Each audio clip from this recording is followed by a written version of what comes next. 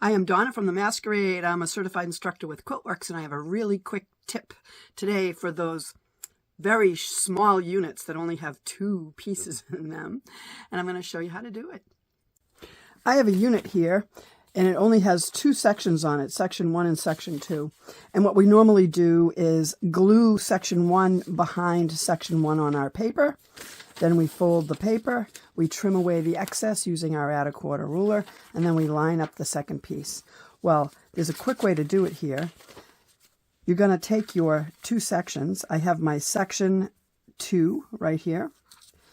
It's for the E7 unit -2, section 2. I'm going to take off the paper. I know that these are right side up on my table. And I have my section 1 right here. And when I'm looking at my unit paper, I want to look at that one line that we have to sew and make sure that it's right side up so I can read the word line 1 and so that my seam allowance is facing away from me. Sometimes it'll say unit whatever, and then you have to turn it upside down to read line 1 the right way. This particular unit, you don't have to do that. So there it is. It's in the way it needs to be. And now I'm going to look at my template one, and I want to turn it so that it's a mirror image of that actual section 1. If this had a cut piece under here, it would really matter a lot, but it's just a rectangle. I want to show you, though, that it's good to have it in the right direction.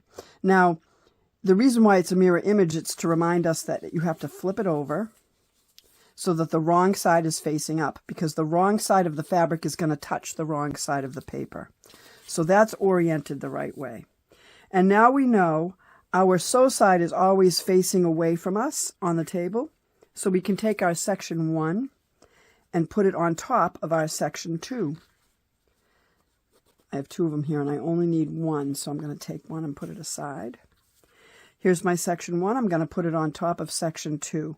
And the edge that's just a straight edge on my unit paper here, I'm going to line up on this side.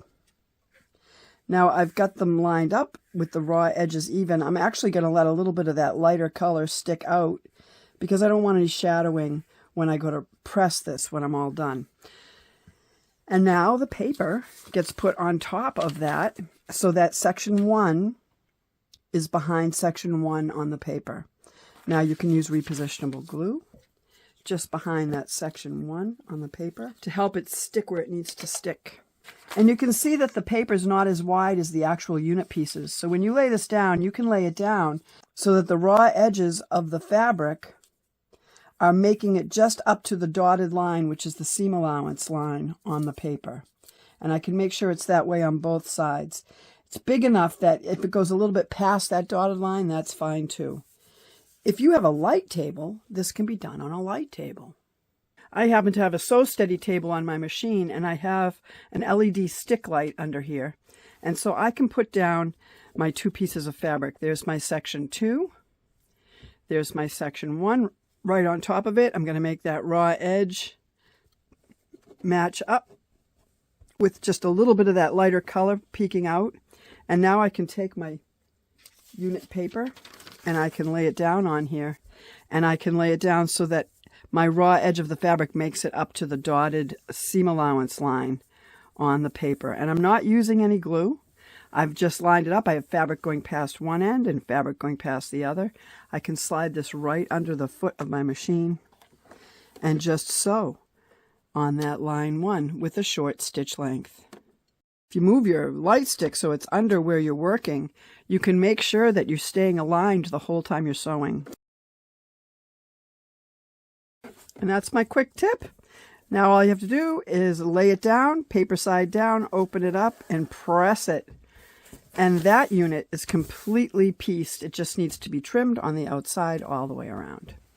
Here's the one I glued. You can see I'm past that dotted line a little bit, but there's plenty of fabric here. It's going to make it, so I'm not going to worry about being past that line just a little bit. Now let's press them. Paper side down, open it up. Make sure you don't have anything drooping over that seam. You want it to be wide open and pressed.